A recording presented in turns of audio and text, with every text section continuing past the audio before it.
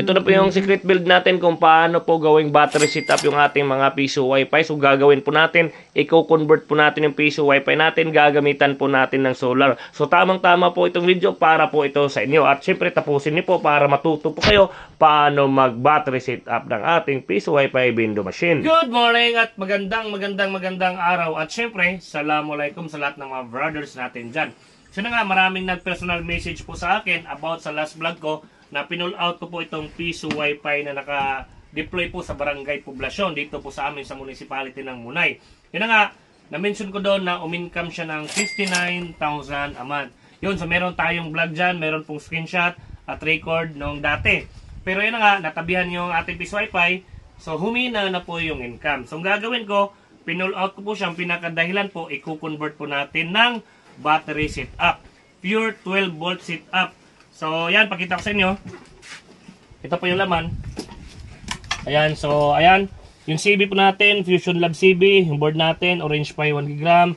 Naka-USB to LAN. Yung power adapter natin, 12 volts, 5 ampere. P2P po yan. Ito po yung adapter ng Jinto. At syempre, ito naman yung adapter ng ating Comfast. Diba? Yan. So, pinull out po namin para i-convert ko po siya ng 12 volt setup para wala na pong brownout. Kasi yung ang barangay dyan sa Poblasyon is palagi po siya brownout. So every week, minsan 3 brownout, 4 na araw yung brownout. So yan po yung ating panlaban para po yung ating income is di po maapektado. At syempre para yung mga client natin is palagi po sa atin mag-connect. So ayan, ipapakita ko sa inyo kung ano yung gagawin pag mag-convert po ng battery setup. Pero bago tayo magsimula, introduce ko lang po yung ating gagamitin na bagong CB ni Fusion Lab. So lahat po na gagamitin natin na materials sa video na to is ilalagay ko po yung link sa comment section. Lahat po ng materials na ipapalit natin siya para ma-convert natin into 12 volts. Pero bago yan, syempre ito yung pinakakailangan natin. Ayan. Fusion Lab na customized board ni Sir RL. Guys, no? So kailangan natin to para stable po yung ating output na 5 volts. Kasi pag yung ating battery, usually pag nag-charge po yan hanggang 14 volts at syempre bumababa yan ng 11 volts at saka 10 volts. Depende po yan sa inyong gamit na baterya.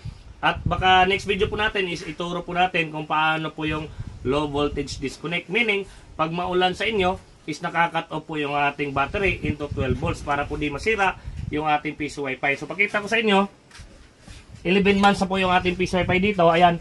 Palagi nyo na nakikita yung vlog ko, yung piso wifi dyan sa pinsan ko. So, 11 months na po yan. March po yan nag-start at next month magwa 1 year na. So yan, di pa yan nasira. At syempre, di pa kami binigyan ng sakit ng ulo ng piso wifi na yan. At di pa yan nalubat kahit isang beses. Dumaan na dito ng 2 weeks na maulan, pero di pa yan na brown out. Di pa yan nalubat kahit ilang beses. So yun na nga, ipapakita ko sa inyo ngayon yung mga gamit ko. At yan, focus tayo dito. Ito yung gamit ko na CB. So, di kayo malilito. Dito natin isasaksak yung kanyang power.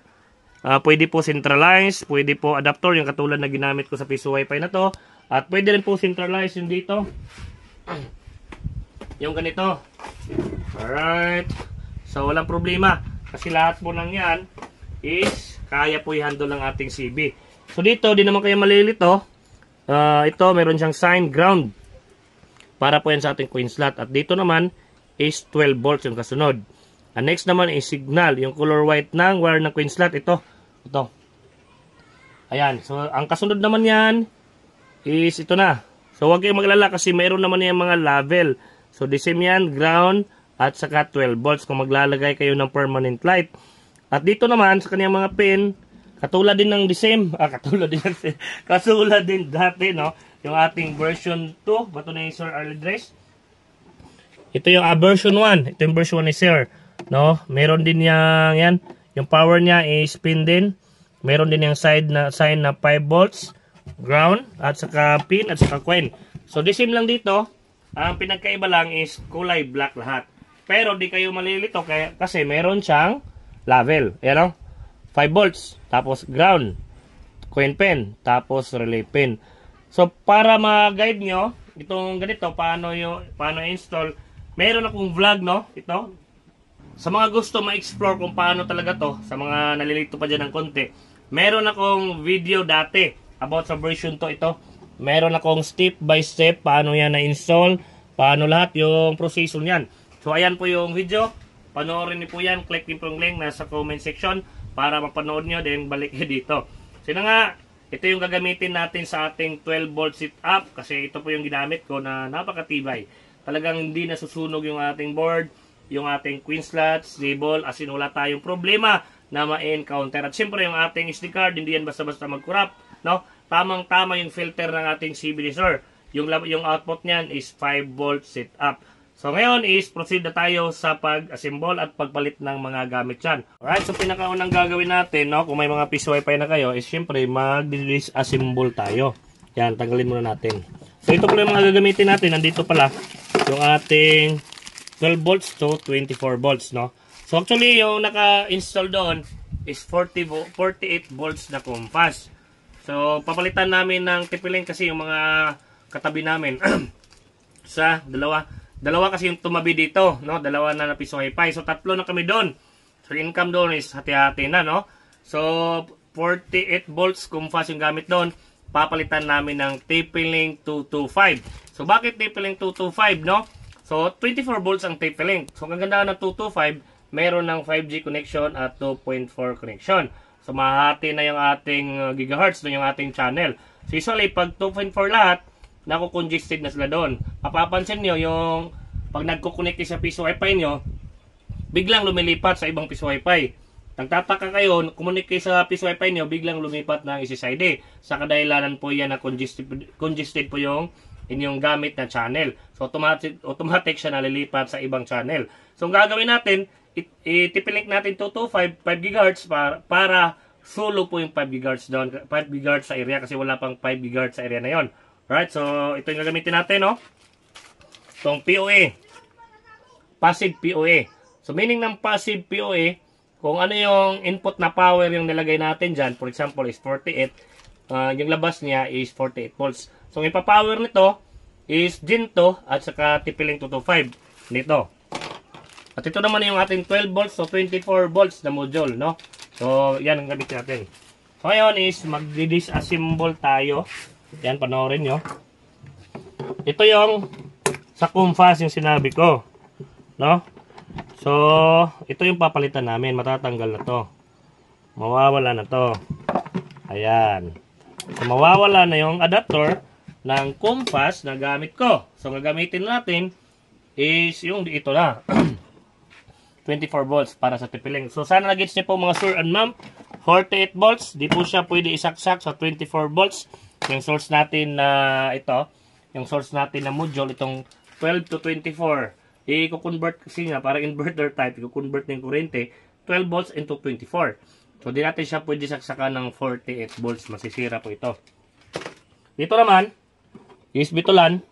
So sa mga naka-VLAN dyan, madali lang naman, pwede rin VLAN. Ito is USB to LAN yung gamit ko. Ayan, set aside lahat. So ito yung gamit ko doon. Ito yung gamit ko doon na PCU. Power adapter, 12 volts, 5 ampere. Ito yung ginamit ko. So goods naman siya, walang problema. Then yun na nga, ano pa?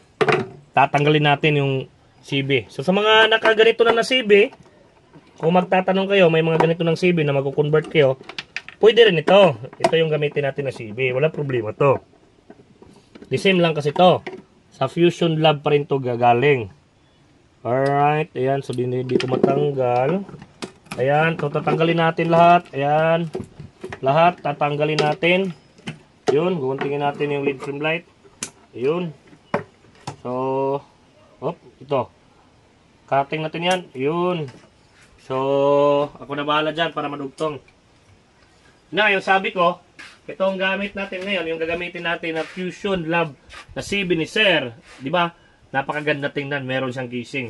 At yung old na CB, kung ito yung gagamitin niyo sa 12 volt setup, walang problema. Napakaganda, napakasulit kahit saan dyan. Pero kung ngayon, ito yung gagamitin ko. Napaka-romantiko tingnan, di ba? Napakasulit, merong casing. At guys, mas maliit siya ngayon, tingnan nyo. Tingnan nyo.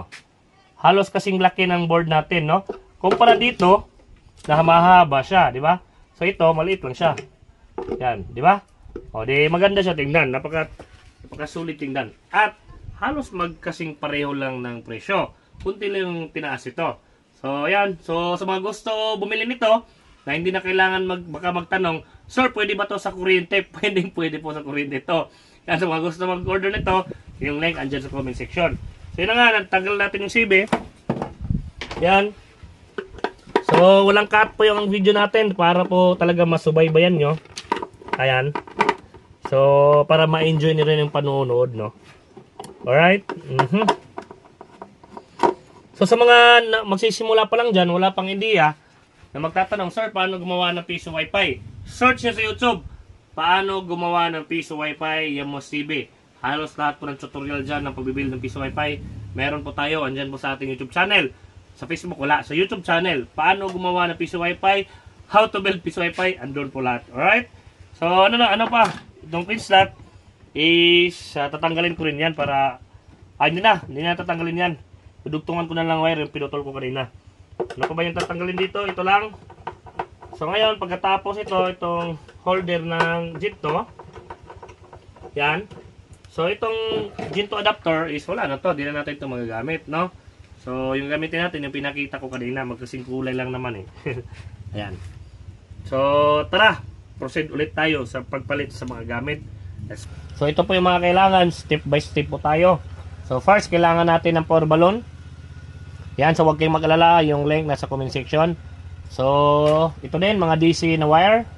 So, depende na po sa inyo kung gaano kataas po. Ito po is, ito lang po yung gagamitin ko kasi andyan lang po yung battery. Andyan lang po, ayan yung battery.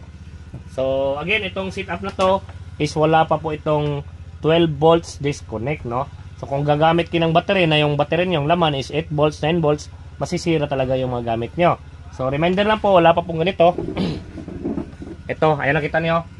Ayan, nakakating po yan ng 12 volts. So wala pa po yan ganyan. Yung purpose po niyan, pag bumaba po ng 12.0, mamamatay po, cut off po lahat ng power. So hindi po masisira yung ating pin slot, yung ating board. Pero pag wala pong ganyan, pag yung laman ng battery nyo, 7 volts, 8 volts, pag saksak niyo po, malaki po yung possibility. 99% damage po yung piso wifi nyo. So remind lang po. So huwag kayong mag-alala kasi gagawa naman ako ng tutorial about sa low voltage disconnect. So ito po, 4 yung kailangan. At syempre yung ating 12 volts to 24 volts, no? At yung ating passive PoE, 2. So ngayon magsisimula tayo. Yung pinakauna is yung ating itong DC to DC natin. Andyan po, DC to DC, 12 volts to 24. So lalagyan natin siya ng wire. Input po, input. So papasok po yung ating 12 volts. Kailangan natin yan lagyan. Meron namang sign dyan, positive at saka negative. So di kayo malilito. Ayan. So alam niyo mga par, marami talagang mga area sa Pilipinas na wala pang mga kuryente, no? So grabe. Kailangan po talaga na ganito yung setup. Kasi pag gagamit kayo ng baterya, tapos yung setup nyo, naka-inverter kayo, is sigurado, madali lang malubat. Otherwise, kung gagamit kayo ng mga LiPo, yung mga magagandang baterya, mga malaki din yung konsumo, 200 AH yung gamitin nyo, mga kung malaki yung budget. Pero sa mga followers at subscriber natin dyan, nakatamtaman lang yung budget, is tamang tama ito para sa inyo. So ngayon, meron na tayong nakasaksak na wire para mapaandar po ito. At yan po ay merong isasabay na isang power balloon. Male power balloon. Ayan. So sasabay po natin yan. Yan po, ganyan. Dapat magkasabay po sila. Ayan, ayan po. Tapos yung negative at saka negative, magkasabay din po. No? Yung positive at saka positive, magkasabay din. Yan, sa pagkatapos niyan, ito po yung ilalagay natin sa baterya. Isasaksak po natin. Pero short po yung ating wire. Mababa lang po. So kailangan natin dugtungan ng ganito. Dudugtungan natin ng mataas. Ayan. So ang gagawin natin, dudugtungan natin. Depende po sa inyo. Pwede kayong gumamit ng electrical tape. Yung sa akin is heat shrink po. Heat shrink. Yan po. Ayan. So marami po akong heat shrink kasi isang plastic napakamura, 200 pesos, at mga isang taon na guys, di ko pa nauubos. So ilalagay ko na lang din sa comment section yung ganito. Maganda kasi ito guys kasi lighter lang yung gagamitin natin. For example ganyan. No, dinugtong ko yung negative at saka negative. Yan na, dinugtong ko yung negative. Ayan. So, positive at saka positive naman. Dugtong ko siya. Ayan, ganyan. So, ayan. Yung video natin, wala talagang cut. So, maupo na lang kayo dyan at magkape or mag-snack while nanonood. Pag napanood nyo na lahat, pwede nyo balikan. Pwede na i-shortcut yung video.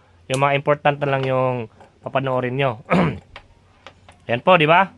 So, ganyan yung gagawin natin. Yung H-ring, ika-cover natin yung yan, yung wire. Ayan, ika-cover natin. So, yung iba marunong na nito, pero kailangan ko siya step by step talaga para makuha din ng iba. Tapos, lighter lang yan. Ayan, didikit mo yan pag nag-lighter po tayo. Yan, para lang yung wire. Ayan, no? Magkukompress yan. At matibay yan, no? Di ba? Tibay. So, ito, yung dulo niya, papunta na ito sa battery. So, maya na natin isaksak pa sa battery. So, dito tayo, balik tayo dito. Excuse me. So, dito na tayo. So, ilang power balloon ba yung kanina? 4. So, isa na yung nagamit natin. So, pinaka-purpose ng una, ipapower natin yung CB. Yan, o, di. Ngayon, is power ng CB.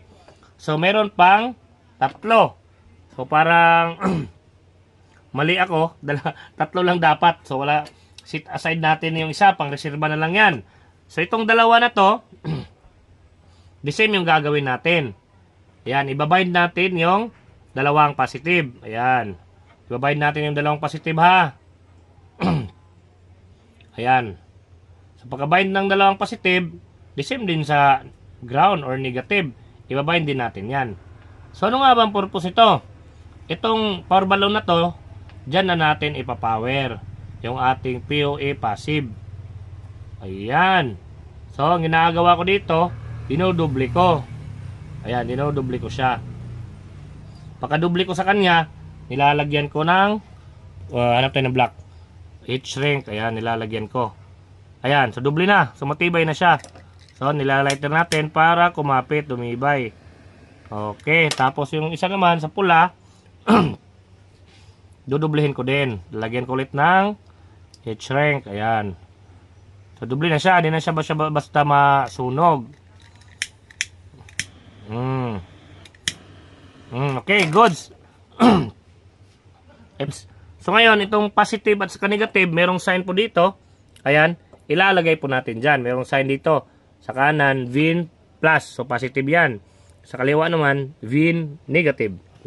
So, yung minus sign na yan, yan po yung negative. Isaksak ko po dyan, yung brown. Ayan. Say brown. Ay, brown. Yung black pala. Sorry. Yung brown, black. Kita, kailangan ko pa siya i-open. Ayan, saksak ko dyan yung black. Yung ground po natin. Higpitan lang na maigi. Yun. Tapos, ito naman dito. Okay. Positive. Tapos higpitan. Okay, goods na. Okay. So, konting review tayo. Yan. Check ni Mrs. kung baka may nagkadikit. Check nyo na maayos. Baka may magkadikit dyan. So, konting review tayo. Pagsaksak po natin ito sa battery, ipapower po niya yung CB. Ayan. Ipapower yung CB. At ito naman yung pangalawang wire, ipapower niya itong module na to. Na yung output is 24 volts. At ganito yung mangyayari. Yung para sa TP-Link, lagay natin TP-Link para di malito. O EP na lang, EP. No. Tapos yung isa is Ginto. Ganyan, Ginto. Yan. So, yung isa naman is Ginto. So, dalawa yung ipapower niya. Yan. So, dalawa yung ipapower niya. Yung Ginto na receiver ko at saka yung EP. So, sa mga wala namang ginagamit na Ginto, yung mga naka-SIM card, naka-Starlink, hindi nyo na kailangan to. Isa lang yung gamitin nyo. So, tanggalin nyo ito. Ito lang, okay? So, dahil naka-receiver ako Ginto, dalawa yung gagamitin ko. So, ngayon, proceed na tayo sa board. So, ganito na yung mangyayari. So, for temporary pa lang yan mga sir and ma'am, ha? Kayo na yung bahala mag-arrange sa box natin. So, mamaya, pag install ko, i-arrange ko yung para sa inyo. So, syempre, yung sabi ko kanina, meron yung sign. 5 volts at saka ground. So, hindi pa marunong about dito, meron po tayong basic tutorial. Panoorin po yung video na yan. Yan po, panoorin niyo po yan. Basic diagram po yan. So yan, saksak ko po dyan. Yan. So marunong na kayo nito. Basta review yung mga sinasabi ko video. Kaya minention ko na panoorin niyo po yan. Then balik kayo dito. So magbalik kayo dito, mga highlights na lang yung papanoorin nyo. So ngayon is na-power na yung board natin. Ganyan na po yung setup. So mangyayari, ang kulang na lang nito is yung sa queen slot dito. Yung sa queen slot na lang yung kulang. At syempre, maglalagay na tayo ng cable dito. So USB to LAN, ito na po. Andito yung USB to LAN. Ayan po. So pakita ko po sa inyo yung USB to LAN ha. Ganito po. Ganito po. So ganito po yung USB to LAN. Saksak po dyan. At syempre, yung kaniyang short cable. Papunta po ito sa AP, sa LAN. Yan, may LAN po nakalagay dyan, oh. LAN at saka POA. So yung POA, yan po yung power ng ating antenna. So dyan po natin isaksak yung ating power ng antenna.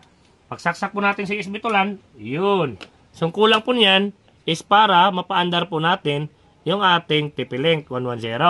Alright, so yung gagamitin natin na AP is 110. Pero actually, yung talagang ilalagay ko dyan is TP-Link 225. Di pa lang dumating yung order natin. So, baka magtaka kayo, yung 225 at 110 is magkapareho lang ng itsura. As in, magkapareho lang talaga. Kahit pa baliktarin nyo, ayan, ikutin nyo, wala talagang pinagkaiba yung TP-Link 110 at saka 225, no? Pagsaksak nilang malalaman kasi meron kayong madidetect na 5G at saka 2.4. So, yun na nga. Pag i-power natin yung TP-Link 110, dito yan. Yan. Tapos, saksak po natin, yung sabi ko kanina, saksak natin sa power, itong POA. Ayan. Yun. So, dito naman banda, yung gagawin natin sa Jinto, ipapower, yung unahin natin, yung LAN. Yung LAN, yan po yung receive na internet galing sa Jinto, itong power. Pagka-receive po niyan sa sender, yung internet, dadaan po yan sa LAN. Papunta po yan sa board. Yan. So, sa mga naka-PPOE dyan, or gagamit ng mga router, ito po ay diretso po ito sa router. Pero sa setup natin, hindi po tayo gagamit ng router. So, direct po yan dito sa board. Yan. So, ganyan po yung setup, no? So, kahit magulo po yung wiring na nakikita nyo, wala namang problema kasi yung ginawa natin ngayon is wala pong cut yung video natin. Step by step po. At sigurado po is nasundan nyo. So, dito, sa power, dito natin isasaksak yung Jinto. Problema, di natin may pakita sa video ngayon kasi yung Jinto is naka-install na doon. Sa pinag-pull outan natin ng binto, yung Jinto nakalagay na doon. Tapos naka-ready na yung wire. Basta remind na lang, no? Dito natin ilalagay yung wire ng Jinto. Direct po dyan. So pagsaksak niyo po dyan, pag-power po natin sa battery, aandar po yan lahat, gagana po yan. At yung Jinto natin is naka-config na yon, walang na iba doon. Pagsaksak po dito, saksak. Diretso po yan, gagana lahat. Yung ating board, walang problema dyan. Meron na po yung license kasi pinull out lang talaga para i-convert lang into battery setup.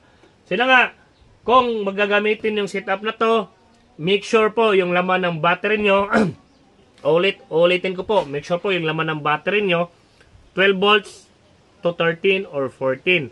14 down to 12 volts. Huwag kayo gagamit ng laman ng battery nyo, 10 volts, 9 volts, mas okay pa yung 11 volts, no? 11.5, 0.6, 0.7, mas okay pa yan. Di pa yan masasakal yung ating mga gamit, no? Di pa yan masu-shortage yung ating pin slot, yung ating itong module na to. Pero pag 10 volts, 9 volts, 8 volts, lalong-lalo na pag mas baba pa dyan, boom! Sira po yung ating piso wifi. So ngayon, try natin isaksak sa baterya for temporary para may pakita ko sa inyo na gumagana po siya. Alright, so munti ko na masaksak yung ating wire. Dinouble check ko kanina kasi actual tayong nag-video, so dinouble check ko at mayroon palang nabaliktad. Ito, so ulitin ko sa inyo, dito sa likod, yung arrow is papunta doon. So itong VIN plus is input po dapat to. So nangyari, nagawa natin siyang output, no? So ito, yung galing sa battery, dito natin isasaksak sa VIN flash. Ito po yung input. Tapos 12 volts, papunta dito 24 volts. Meron po siyang arrow sa likod, step up. So, ito yung sabi ko sa inyo, maupo lang kayo at continue watching kasi yung mga iba dyan, nakat-cut yung video panonood, yung pag-start natin, baliktad pa yung magka-assemble natin. So, buti na lang napansin ko, So, sa mga patuloy pa rin na nanonood, tamang-tama, panoorin niyo po ito. Ayan, so gagawin po natin, babalik ta rin ko lang. Ayan. So, comment nyo mga par. Baka yung iba dyan, hindi na nakakontinue manood. Ayan. Ayan po. So, mangyayari, ito twist po natin to kasi baliktad yung input. Gagawin na itong ganyan. So, ito, again, ulitin ko. VIN minus at saka VIN plus. Ito po yung input. 12 volts papuntang 24. Pag binaliktad natin yan, mayroon namang arrow papunta dito para maging 24. So, yan, saksak natin.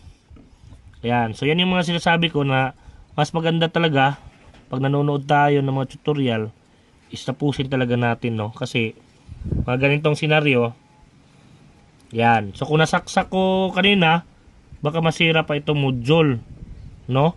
So, sa mga nanood dyan, yan. So, baka ngayon, meron nang nasirang module at continue nila yung video, dyan na nila malalaman na mayroon palang baliktad. Alright, so, yan. So, continue tayo. Ayan. Saksak ko na. Pak. So, sa mga gusto pala magtanong kung saan ito mabibili, lahat po dyan nasa comment section.